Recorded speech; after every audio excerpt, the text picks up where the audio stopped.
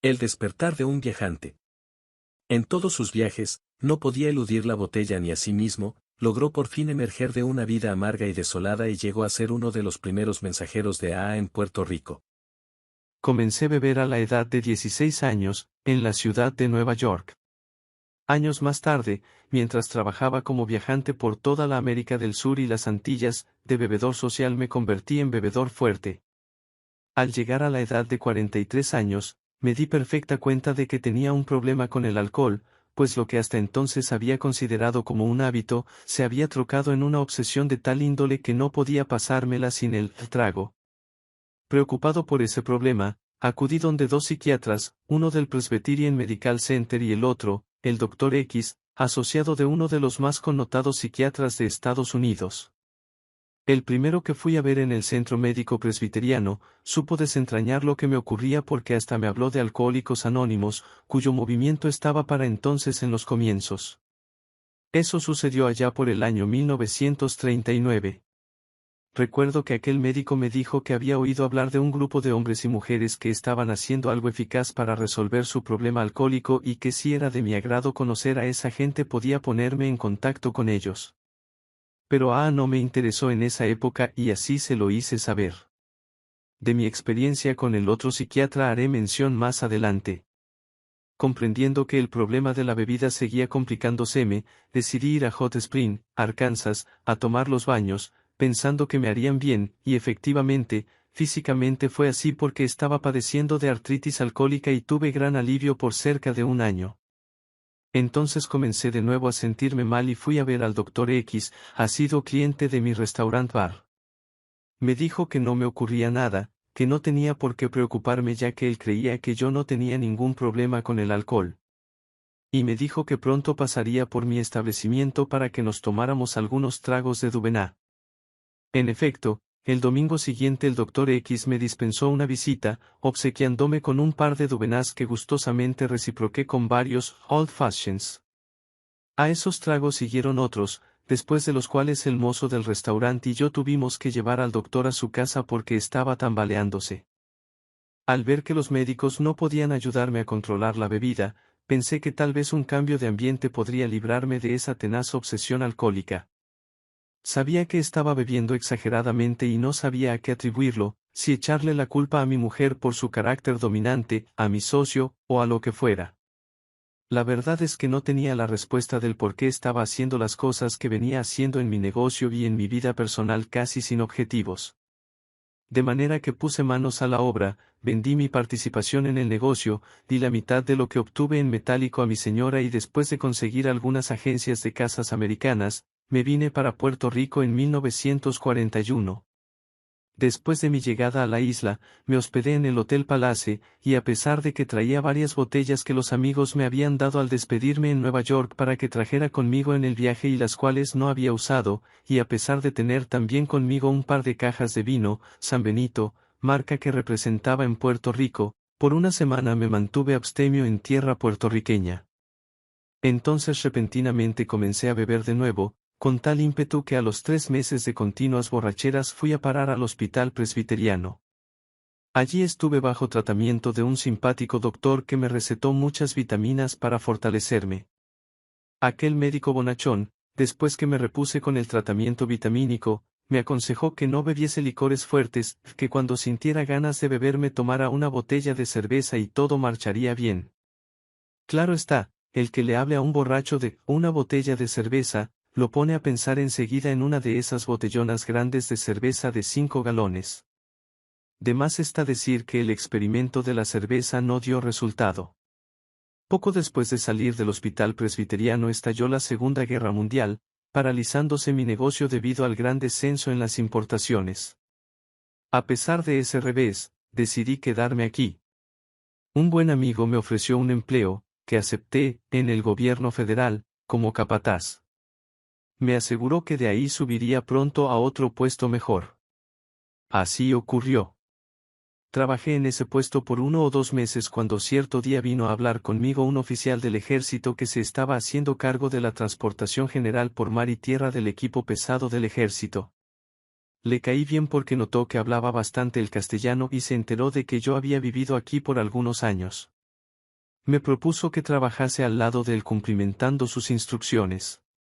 Con el permiso del superintendente de construcciones que me consiguiera el primer empleo, pasé a trabajar como asistente administrativo a las órdenes del oficial, devengando una buena paga. Duré en ese empleo hasta 1944.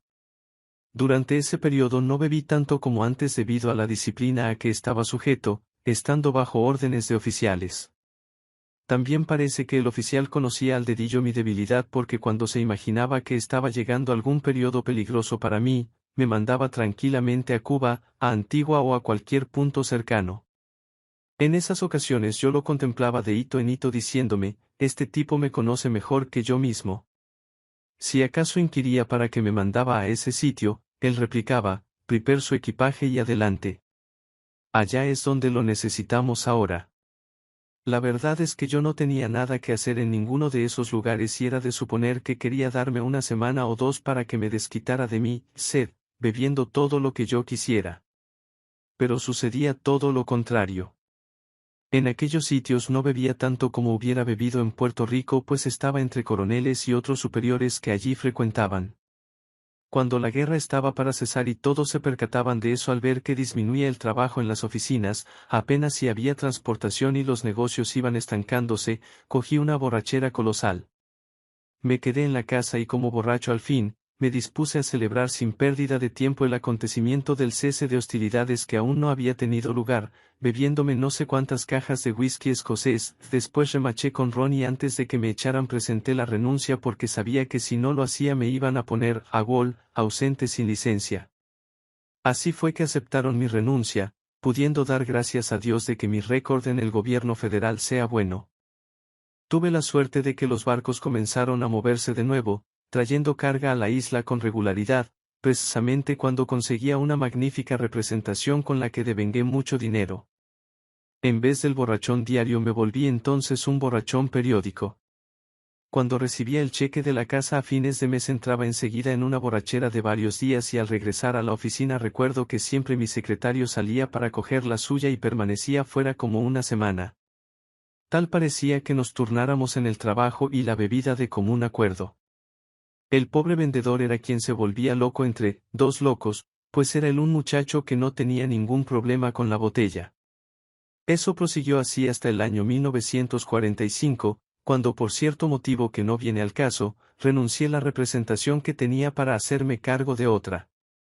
Me di entonces a beber más y así de bebedor periódico volví otra vez a la fase de bebedor diario. Poco a poco fui abandonando mi negocio de una manera lastimosa. No iba apenas a la oficina y me pasaba las horas en el Union Club bebiendo licor, hasta que llegó el día en que francamente me daba bochorno de que mis amigos me vieran siempre allí tomando. Algunos me preguntaban, ¿cuál es el motivo? Y yo les respondía, si supiera el motivo se lo diría. No sé. No sé por qué bebo así. Así fui de mal en peor hasta que comencé a frecuentar cantinas de ornato mucho más pobre. Me iba a buscar los lugares humildes, allí me pasaba la mañana tomando ron. Iba luego al apartamento a dormir un par de horas para pasarme después el resto del día bebiendo hasta las 10 o las 11 de la noche. Ante esa crítica situación comprendí que el alcohol me estaba aniquilando y en vano trataba de librarme de aquella lucha desigual. A propósito, recuerdo que en medio de esa borrasca puse en juego un experimento para ver si lograba arreglarme.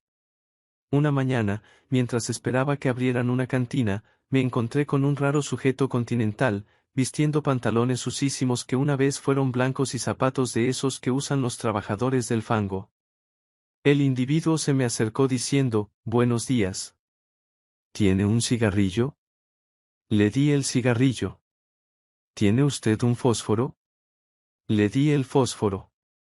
Y ya le iba a preguntar si quería que me fumara el cigarrillo por él para completar la obra, cuando me interrogó si podía sentarse junto a mí. La calle es pública y puede usted acomodarse donde quiera, repuse. Estábamos sentados cerca del bar que yo visitaba y que estaba esperando que abrieran. ¿Qué espera usted aquí?, me preguntó. Pues espero, le dije, a que abran ese pequeño bar para tomar el trago de los nervios. Se me quedó mirando y me dijo, ¿sabe usted de dónde vengo yo ahora? Pues vengo de la cárcel. Estaba preso por borrachera. No tenía con qué pagar los 2 pesos de multa. ¿Podría ser usted tan bondadoso que me pagara un trago cuando habrán ahí? Le dije que no tenía ningún inconveniente en complacerlo y cuando abrieron la cantina, al servírsenos los tragos, por primera vez en mi vida se me ocurrió que si yo lograba enderezar a aquel tipo borrachón quizá podría él ayudarme a aguantar la bebida. Eso me aconteció sin que supiera todavía nada de Alcohólicos Anónimos. Como él era un poco más vivo, me dijo que si comprábamos 1 litro de ron rendiría más que ordenando la bebida por vasitos. De manera que compramos el litro, con su correspondiente 7-Up y hielo, y nos pusimos a charlar. Entonces vino a verme un mensajero y guardaespaldas que yo tenía y a quien cariñosamente llamaba Mundito. Le dije al Continental que iba a pagarle un recorte y una afeitada en la barbería de enfrente y que no se preocupara por el trago, que le enviaría ron y 7-Up con Mundito, para que bebiera mientras lo arreglaba el barbero. Después que se recortó lo llevé a mi apartamento, hice que se diera un baño y se cambiara la ropa. Fuimos a un restaurante donde él comió opíparamente mientras yo bebía, contemplando el cambio que ya se notaba en el porte del sujeto. Eso sucedía en la época en que yo me retiraba borracho a dormir a las 10 de la noche y cuando le dije que iba a acostarme, él me pidió que lo dejara dormir en el suelo. Me contó que había estado durmiendo realengo debajo de las casas. En vez de dejarlo dormir en el suelo lo puse a dormir en un canapé mientras yo me acostaba en la cama. Como de costumbre, al otro día temprano estaba de regreso en la cantina. Él me acompañó nuevamente y así pasó otro día. Ese día sucedió algo que no esperaba. Yo guardo mi dinero en el bolsillo del chaquetón y además tenía algunos pesos en el baúl, que tenía trancado. No desconfiaba de aquel tipo, pero como a las 2 de la mañana, yo no sabía que él había salido, se me presentó con un par de hembras, y unos guitarristas. Huelga decir que eso no me cayó en gracia. Le dije que se fuera con todos ellos al infierno. Mandó la gente a que se retirara y se acostó. Cuando me levanté al otro día noté que me faltaban 5 pesos. No dije nada mientras estábamos en el apartamento. Cuando llegamos a la cantina pedí un 7-Up y él se me quedó mirando. ¿Qué pasa? Y le dije, no pasa nada. Tenía 5 pesos en mi bolsillo y han caminado. Yo no sabía que los billetes tuvieran patas. Compungido me confesó que había cogido los 5 pesos. No cogí coraje. Sencillamente le dije que se fuera de mi lado. De manera que no resultó como esperaba el experimento. Después de eso no pensé en otra cosa nada más que en seguir bebiendo. No tenía la menor idea de trabajar. Estaba en un hoyo. No sabía cómo salir. Al cabo enfermé. Los pies se me hincharon. Llamé al médico. El doctor que vino a verme me dijo que habría que sacar el fluido de las piernas con una aguja. Me hizo recluir en el hospital presbiteriano donde me atendió otro amigo médico quien logró poner mis piernas en buen estado sin necesidad de usar agujas. Más o menos había acabado con mi negocio y moralmente no me sentía con ánimo de ir a visitar a la clientela, a pesar de que no tenía nada que reprocharme de mi manera de proceder para con ella. Decidí volver a Nueva York y un buen amigo me consiguió prioridad en avión. El doctor antes de partir me había recetado un elixir que contenía un gran % de alcohol. Cuando todos mis amigos me repetían, no bebas, me daban una medicina precisamente a base de alcohol.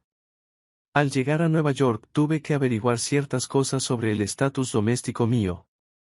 No sabía si estaba casado o divorciado.